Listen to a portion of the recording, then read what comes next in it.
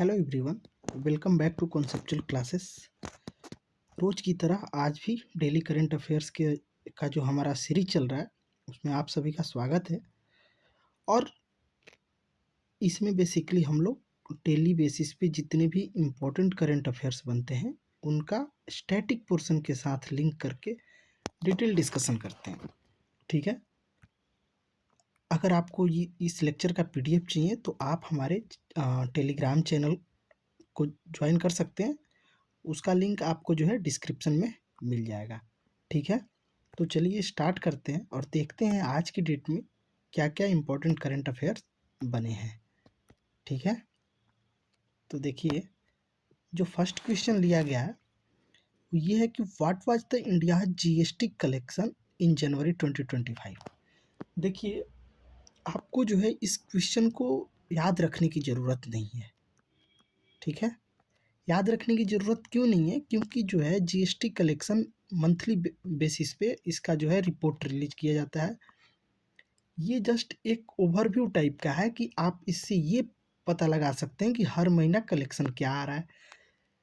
ठीक है, क्वेश्चन कोई काम का नहीं है, किसी एग्जाम में नहीं पूछा जाएगा, लेकिन पूछा क्या जा सकता है आपसे आपसे जो है जीएसटी से रिलेटेड क्वेश्चन कुछ भी बन सकता है। जीएसटी जब वास्ट टॉपिक एंड आप जो है जीएसटी से रिलेटेड आपको कोई भी क्वेश्चन किसी न किसी एग्जाम में देखने को मिल जाएगा। ठीक है, तो पहले इसका आंसर डिस्कस कर लेते हैं।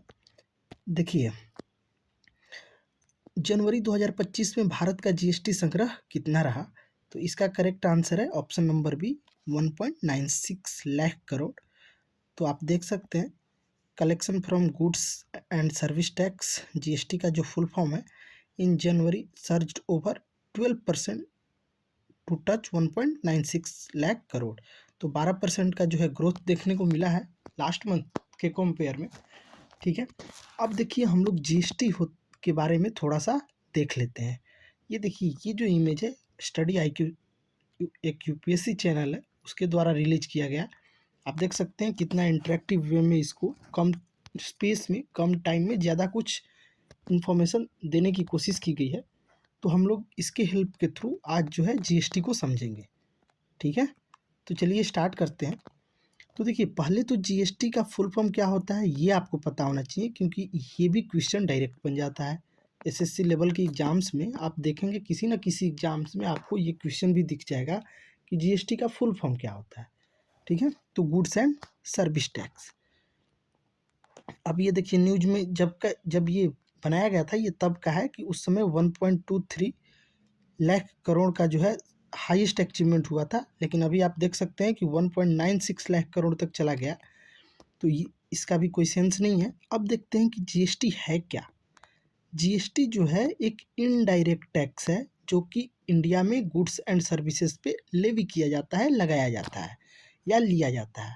और एक क्या है, डेस्टिनेशन बेस्ड टैक्स है। लास्ट टाइम भी जब हम लोग जीएसटी को डिस्कस किए थे तो उसमें हम लोग ये डिस्कस किए थे कि डेस्टिनेशन बेस्ड टैक्स का मतलब क्या होता है। उससे पहले आप देखिए कि डायरेक्ट और इनडायरेक्ट टैक्स क्या होता है। ठीक है, तो देखिए डायरेक्ट टैक्स जो आप डायरेक्टली दें, डायरेक्ट टैक्स की बात करें, ठीक है, तो डायरेक्ट टैक्स जो कि डायरेक्टली जो है पीपल गवर्नमेंट को दे। ठीक है, पीपल टू गवर्नमेंट और you can say employ to government. तो इसका एग्जांपल आप देख सकते हैं, जो आपका जो कॉरपोरेट टैक्स हो गया या फिर इनकम टैक्स हो गया, ये सब जो है इसका एग्जांपल हो जाएगा। किसका? डायरेक्ट टैक्स का। कि कैसे डायरेक्ट टैक्स का, क्योंकि आपके बीच में कोई मीडियरी नहीं है। आप जो है अगर आप जैसे अभी क्या हुआ है बजट में अनाउंस किया गया है कि 12 लाख से अगर आपका सैलरी बिलो है तो आपको जो है 0% टैक्स देना होगा। ठीक है, मतलब टैक्स तो देना होगा लेकिन आफ्टर और at the end of year वो सारा टैक्स जो है रिबेट हो जाएगा। ठीक है, तो डायरेक्ट टैक्स का एग्जांपल आप समझ गए, इनकम टैक्स हो जाएगा या फिर कॉरपोरेट टैक्स। इस तरह से और भी बहुत सारे टैक्स हैं जो आप डायरेक्टली जो है गवर्नमेंट को पे करते हैं। अब बात करते हैं कि इनडायरेक्ट टैक्स क्या होता है। देखिए इनडायरेक्ट का मतलब ही है जो डायरेक्टली पे ना हो। ठीक है, तो इनडायरेक्ट टैक्स का मतलब जो इंड कंज्यूमर है ना, जिस भी प्रोडक्ट का जो इंड कंज्यूमर है वो अगर पे कर रहा है तो वो हो जाएगा आपका इनडायरेक्ट टैक्स। जैसे कोई एक प्रोडक्ट बनता है, सपोज कीजिए कि एक जो है बॉटल बनाया जा रहा है, एक बॉटल का मैन्युफैक्चरिंग किया जा रहा है, तो ये जो है मैन्युफैक्चरिंग कंपनी से लेकर आप देखेंगे होलसेल में जाएगा, होलसेल के बाद जो है रिटेल में जाएगा, रिटेल के बाद आप देखेंगे कि एंड यूजर के पास पहुंचेगा। ठीक है, तो ये जितने भी मीडियरी हैं इसमें क्या होता है कि टैक्स जो है ट्रांसफ़र होते चला जाता है। ठीक है, हालांकि देखिए, अब आप इसको ऐसे कंपेयर मत कर लीजिएगा कि आप जो है क्या पढ़ा रहे हैं डायरेक्ट, और ये मैं बस एक लेमन टर्म में आपको समझाने की कोशिश कर रहा हूँ, क्योंकि डायरेक्ट और इनडायरेक्ट में बहुत सारी डिफरेंसेस है। उसको हम लोग जब हमारा जो रेगुलर डिस्कशन चल रहा है इकोनॉमी का, उसमें हम लोग उसको लेकर आएंगे। फिलहाल आप इतना समझिए कि डायरेक्ट का मतलब होता है जो डायरेक्टली पीपल जो है गवर्नमेंट को पे करें। इनडायरेक्ट का मतलब होता है आप जो है उसमें टैक्स जो है ट्रांसफ़र होते जाता है, कहाँ तक? एंड यूजर तक। ठीक है, जैसे आप अभी एग्जांपल हम लोग लिए बॉटल मैन्युफैक्चरिंग का, तो जो मैन्युफैक्चरिंग कंपनी है वो क्या करेगी? टैक्स जो है ट्रांसफ़र कर देगी होलसेल मार्केट पे, होलसेल ट्रांसफ़र कर देगा रिटेलर पे, रिटेलर ट्रांसफ़र कर देगा इसको एंड यूजर पे, यानी कि पब्लिक पे। अब देखिए, एक और चीज़ जो मेजर डिफरेंस है दोनों के बीच, वो ये है कि आपकी इनकम पे डिपेंड नहीं करता है कि आपका जो है इनडायरेक्ट टैक्स क्या होगा। यानी कि इनडायरेक्ट टैक्स जो है भारत के सभी लोगों के लिए बराबर है, इरिस्पेक्टिव ऑफ देयर इनकम। ठीक है, समझ गए? यानी कि जितना टैक्स एक बॉटल पे अंबानी साहब देंगे, उतना ही टैक्स एक गरीब आदमी भी देगा, जो कि हार्डली 300 रुपीज़ के लिए, मतलब पर डे 300 रुपीज़ कमा रहा है। ठीक है, तो आप समझ सकते हैं इस पे भी क्वेश्चन उठता है कि इनडायरेक्ट टैक्स जो है डिस्क्रिमिनेटरी नेचर का है, और इसमें भी जो है इम्प्रूवमेंट की ज़रूरत है। ये डिस्कशन हम लोग आगे फिर बढ़ाएंगे जब हम लोग इकोनॉमी में इस टॉपिक को देखेंगे। फिलहाल इतना जानिए कि जीएसटी जो है वो क्या है? इनडायरेक्ट टैक्स है, जो कि गुड्स एंड सर्विस पे लेवी किया जाता है। ठीक है, मैनेजमेंट की बात करें तो इसके लिए एक जीएसटी काउंसिल बनाई गई है, जिसमें टोटल 33 मेंबर हैं। इस 33 मेंबर्स में आप देखेंगे, इस 33 मेंबर्स में जो है 2 मेंबर सेंटर के होंगे। ठीक है, और जो 31 मेंबर्स हैं, 31 को भी आप ब्रेक डाउन कीजिएगा तो 28 state 28 state plus 3 union territory, जहाँ की क्या है? असेंबली है, लेजिस्लेटिव असेंबली है। अब आप बता सकते हैं कि ऐसा कौन सा 3 यूनियन टेरिटरी है जहाँ लेजिस्लेटिव असेंबली है? ये चीज़ें हम लोग ऑलरेडी डिस्कस कर चुके हैं, कौन से एक्ट से बना, ये सारी चीज़ें डिस्कस कर चुके हैं। तो आप लोग कमेंट सेक्शन में बता सकते हैं कि वो कौन से 3 यूनियन टेरिटरी है जहाँ लेजिस्लेटिव असेंबली भी है, जहाँ की सीएम इलेक्ट होते हैं by similar procedure like any other state. ठीक है, तो आप देख सकते हैं 33 मेंबर्स होते हैं जीएसटी काउंसिल्स में, जिसमें कि 2 मेंबर सेंटर से आएंगे, जिसमें कि एक जो है चेयरपर्सन होंगी उसकी फिनांस मिनिस्टर, और एक जो है आप देखेंगे कि कोई जो है रिप्रेजेंटेटिव रहेगा। बाकी जो ये 31 मेंबर है ये फाइनेंस मिनिस्टर होते हैं स्टेट या यूटीज के। ठीक है, तो आप ये समझ गए। उसके बाद देखिए कि इसका कॉन्स्टिट्यूशनल प्रोविजन क्या है, कैसे इसको बनाया गया है। तो 101 अमेंडमेंट, ध्यान दीजिएगा, 101वां अमेंडमेंट, कॉन्स्टिट्यूशनल अमेंडमेंट, जो कि 2016 में हुआ था। ईयर भी याद रखना है, क्योंकि एसएससी सीजीएल या फिर एसएससी के किसी भी एग्जाम में ईयर भी पूछा जा सकता है। ठीक है, जैसे हम लोग कल क्या डिस्कस किए थे, अगर आपको ध्यान हो तो आप चलिए कमेंट सेक्शन में बताइए कि आपको बताना है कि जो रेलवे बजट था, जब हम लोग बजट डिस्कस कर रहे थे उस समय का ये डिस्कशन था, रेलवे बजट और जो जनरल बजट है, इन दोनों को कब मर्ज किया गया? क्योंकि पहले जो क्या होता था कि दोनों के लिए सेपरेट बजट आता था। ठीक है, तो इसका आंसर आपको इसका जो आंसर है वो कमेंट सेक्शन में आपको बताना है। ठीक है, तो 101वां कॉन्स्टिट्यूशनल अमेंडमेंट जो कि 2016 में हुआ, उसके थ्रू यूनियन और स्टेट गवर्नमेंट को जीएसटी पे कानून बनाने की अधिकार दे दी गई। ठीक है। Goods and service tax act was passed on the parliament on 29 March 2017 and came into effect on 11 जुलाई 2017। अब देखिए होता क्या है, अमेंडमेंट कब हुआ? 2016 में। इस अमेंडमेंट से क्या हुआ कि केंद्र सरकार या राज्य सरकार को ये अधिकार दे दिया गया कि आप जो है जीएसटी काउंसिल पे जीएसटी से रिलेटेड कोई भी लॉ बना सकते हैं। अब होता क्या है कि 29 मार्च 2017 को पार्लियामेंट में जीएसटी एक्ट पास कर दिया जाता है। ठीक है। और पास कर देने के बाद जो है 1 जुलाई 2017 से ये जो है इफेक्ट में आ जाता है। तो ये सारी चीज़ें आपको पता होनी चाहिए। नेक्स्ट देखते हैं। अब देखिए जीएसटी का जो कंपोनेंट है उसको 3 पार्ट में किया गया है। ठीक है। CGST, SGST and IGST. Hopefully आपको नाम से ही क्लियर हो जाएगा। सीजीएसटी मतलब सेंट्रल गवर्नमेंट जो होगा। इससे पहले आपको ये पता होना चाहिए कि इंट्रा स्टेट क्या होता है और इंटर स्टेट क्या होता है। इंट्रा मतलब जब एक स्टेट से दूसरे स्टेट की बात हो उसको बोलते हैं इंट्रा।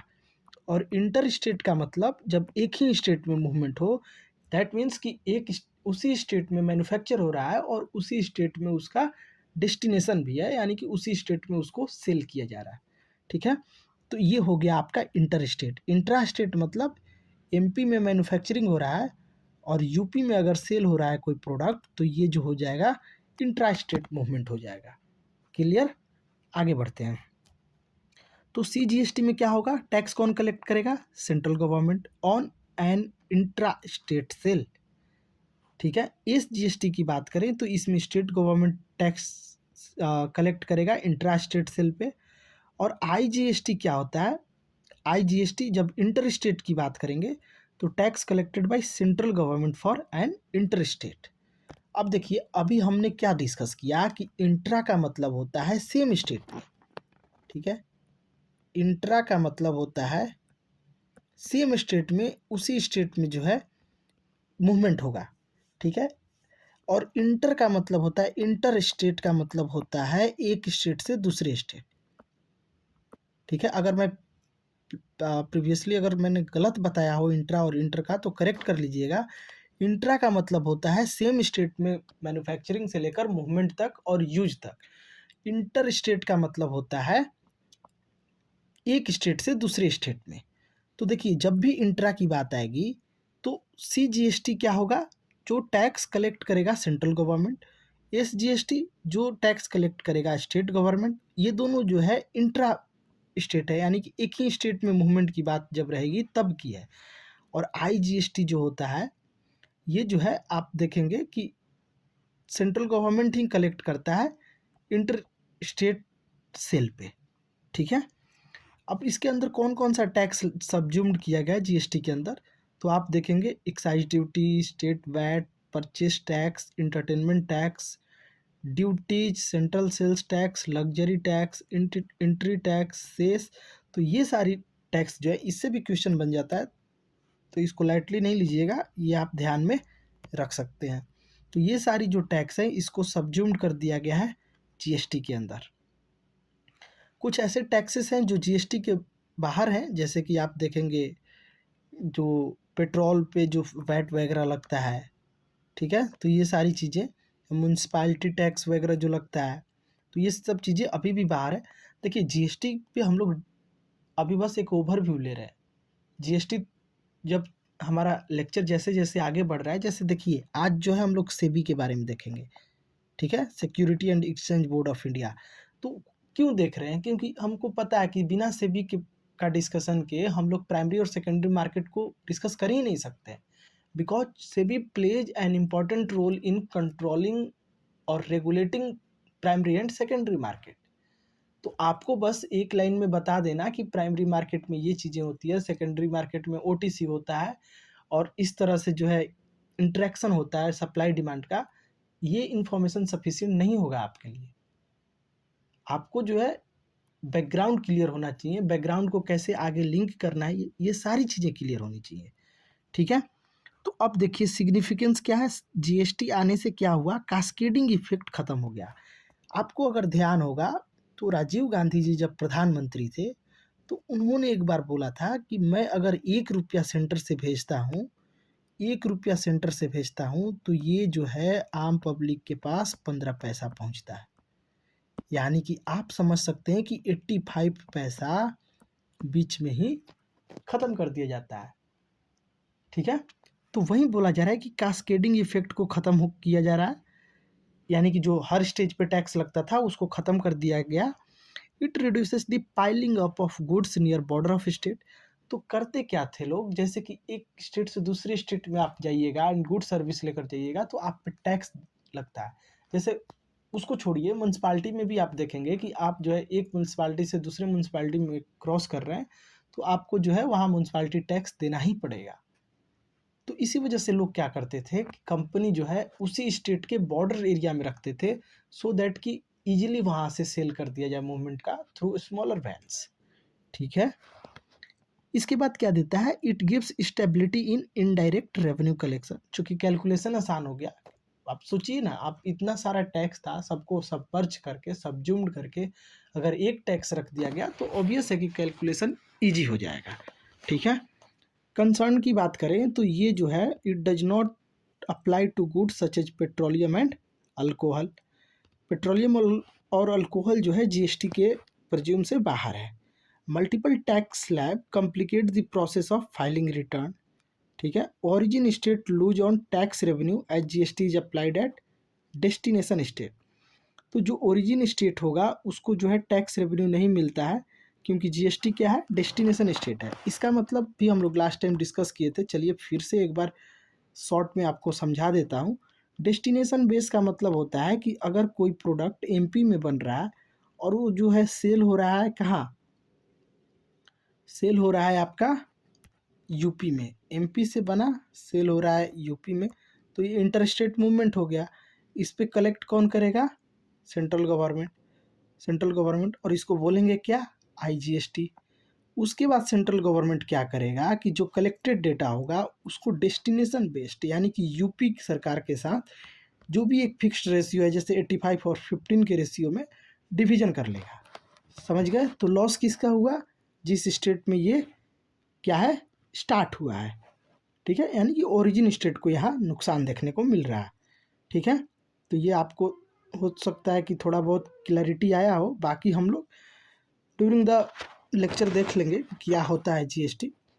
अब देखिए नेक्स्ट क्वेश्चन है, who won the Tata steel master chess 2025 by defeating D Gukesh in tie breaker.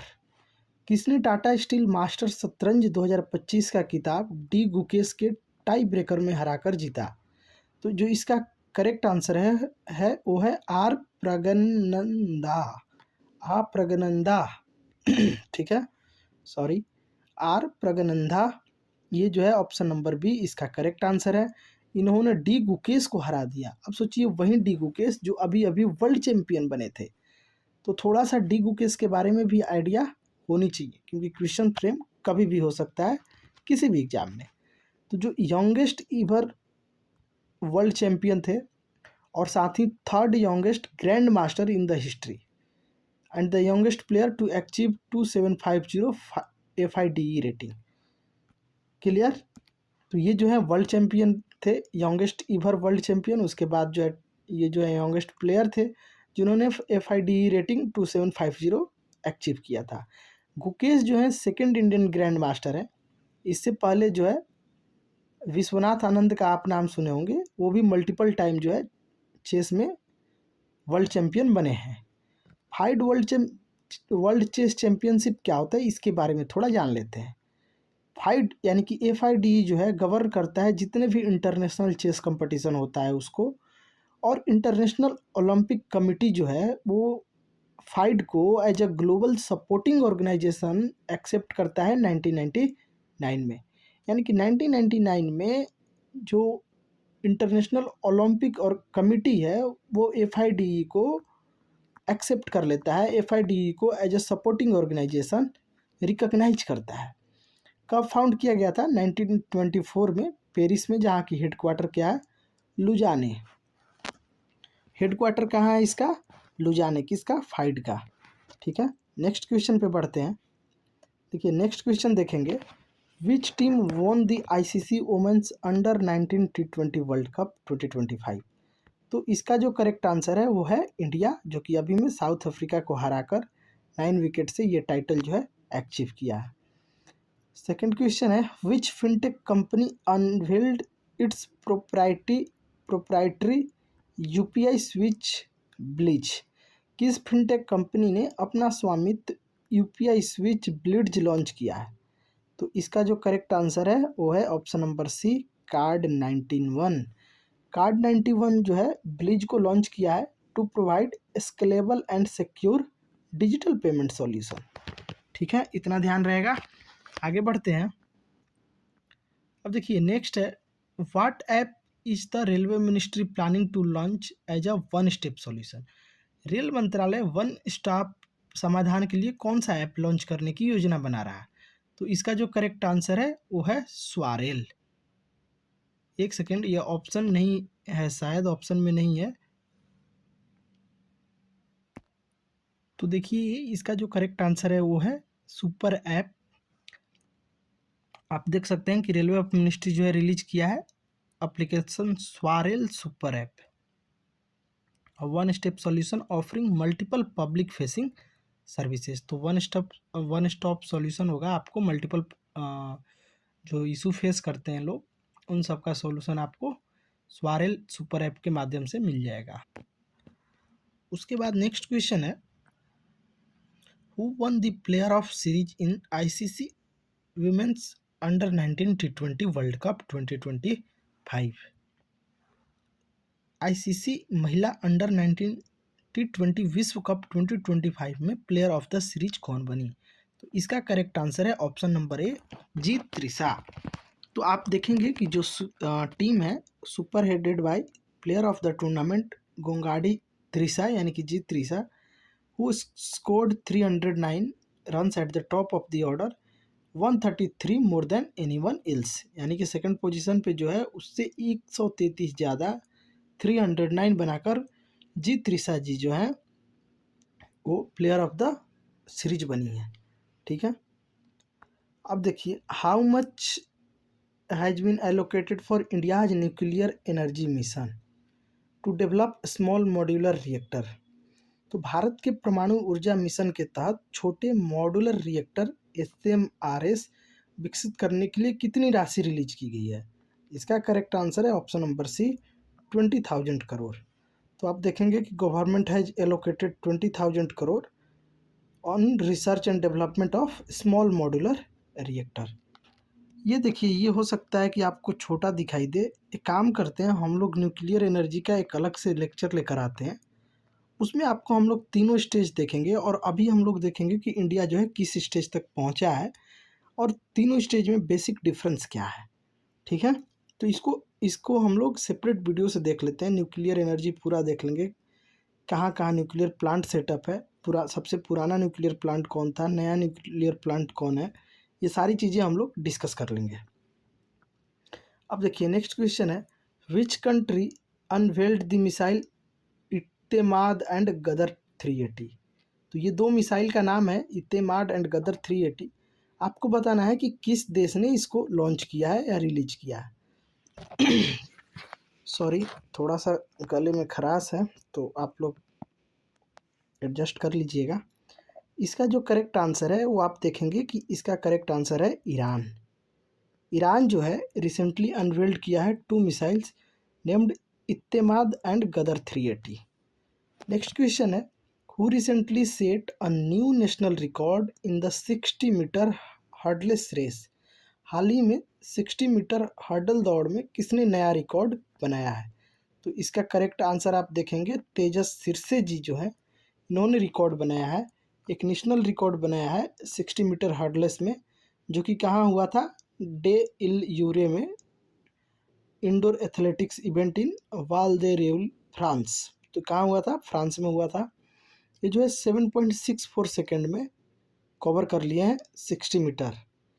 Sirse जो है narrowly missed the world athletic indoor championship 2025 qualification standard of 7.57 second by 0.07। यानी कि जो 7.57 है ये क्या है, ये जो है आपका जो है अगर आप 7.57 सेकंड से कम में करते हैं तो आपको जो है direct world athletic indoor championship 2025 में आप जो है क्वालिफाई कर जाएंगे। ठीक है, तो ये सारी चीज़ें हैं। चलिए यहीं पे हम लोग इस लेक्चर को ख़त्म करेंगे, लेकिन लेक्चर में ख़त्म करने से पहले आपसे कुछ बातें शेयर करनी है। जैसे देखिए, आप लोग पढ़ाई तो करते हैं, सभी लोग पढ़ाई करते हैं, चाहे कोई भी एग्ज़ाम हो, एसएससी हो, यूपीएससी हो या स्टेट पीसीएस हो। ठीक है, लेकिन पढ़ाई से ज़्यादा इम्पोर्टेंट है कि आप जो है चीज़ों को लिंक करना सीखें। ठीक है, जैसे हम लोग यहाँ क्या करते हैं, बेसिकली हम लोग जो करंट अफेयर्स बन रहा है उसको लिंक कर रहे हैं स्टैटिक से। ऐसा करने से होगा क्या, ऐसा करने से आपको जो है ये माइंड में नहीं सोचना होगा कि यार मैंने तो ये रिवाइज किया ही नहीं। आप जो है करंट अफेयर्स के थ्रू पूरे अपने तैयारी को एक एज दे रहे हैं, क्योंकि जो न्यूज में रहेगा क्वेश्चन उसी से बनेगा। बस होगा क्या कि डायरेक्ट क्वेश्चन ना मिलकर इनडायरेक्ट फॉर्म में आपको देखने को मिल जाएगा। तो मेरी एक रिक्वेस्ट है, आप लोग जो है करंट अफेयर्स का सेशन, वैसा ही करंट अफेयर्स का सेशन देखिए जहाँ जो है स्टैटिक के साथ लिंक जरूर किया जा रहा हो। केवल 10 to 20 क्वेश्चंस आकर डिस्कस कर देना ये सफिशिएंट नहीं है। सपोज कीजिए आपको जो है कोई एग्ज़ाम नहीं भी देना है ना, फिर भी आपको वैसा ही लेक्चर देखिए जहाँ जो है लिंक किया जा रहा हो। क्योंकि जब बैकग्राउंड पता होगा तो आप जो है खुद को इंसाइटफुल महसूस करेंगे। लगेगा कि नहीं भाई आपको कुछ आता है, आप ब्लैंक नहीं है, आपको कोई भी टॉपिक दिया जाएगा, you can deliver a fantastic, you can से स्पीच ऑन एनी टॉपिक। ठीक है, तो ये सारी चीज़ें हैं, ये वैसे तो सबको पता होती है। एक इंसान को इस धरती पे कोई भी ऐसा इंसान नहीं है जिसे ये नहीं पता है कि हम जो कर रहे हैं वो सही है या गलत है। लोगों को पता होते हुए भी लोग वही काम करते हैं। ठीक है, I am not talking about only others people, I am also including my self. ठीक है, तो आप देख सकते हैं कि लोग जो है वो जानबूझकर सब पता होते हुए भी ये सब करते हैं। ठीक है, तो आप लोगों का भी फर्ज बनता है कि आप लोग जो है मेरे साथ साथ, लाइक मैंने तो स्टैटिक के साथ लिंक करने की कोशिश करी, उसके बाद अगर आप और थोड़ा धार देना चाहते हैं अपने तैयारी को तो आप जाइए, आप जो भी नोट्स फॉलो करते हैं, जो भी बुक्स फॉलो करते हैं, उस बुक्स को ओपन कीजिए, उसमें ये टॉपिक देखिए और इस टॉपिक में और एक्स्ट्रा क्या है उसको देखिए। उसके बाद उस एक्स्ट्रा पॉइंट को आप कमेंट सेक्शन में डालिए। इससे होगा क्या, इससे दूसरों का भला होगा। कमेंट सेक्शन में नहीं डालना है तो टेलीग्राम ग्रुप में डालिए। ठीक है, देखिए पढ़ाई जब इस तरह से होने लगेगी ना कि एक दूसरे की हेल्प करके, तो चीज़ें जो है, जो टाइम मतलब 5 साल लगने का होगा वो आप जो है 2 साल में क्लियर कर लेंगे। ठीक है, तो इतना डिफरेंस होता है कोऑपरेटिव वे में पढ़ाई करने की इसकी वजह से। ठीक है, तो चलिए मिलते हैं नेक्स्ट वीडियो में, तब तक के लिए धन्यवाद।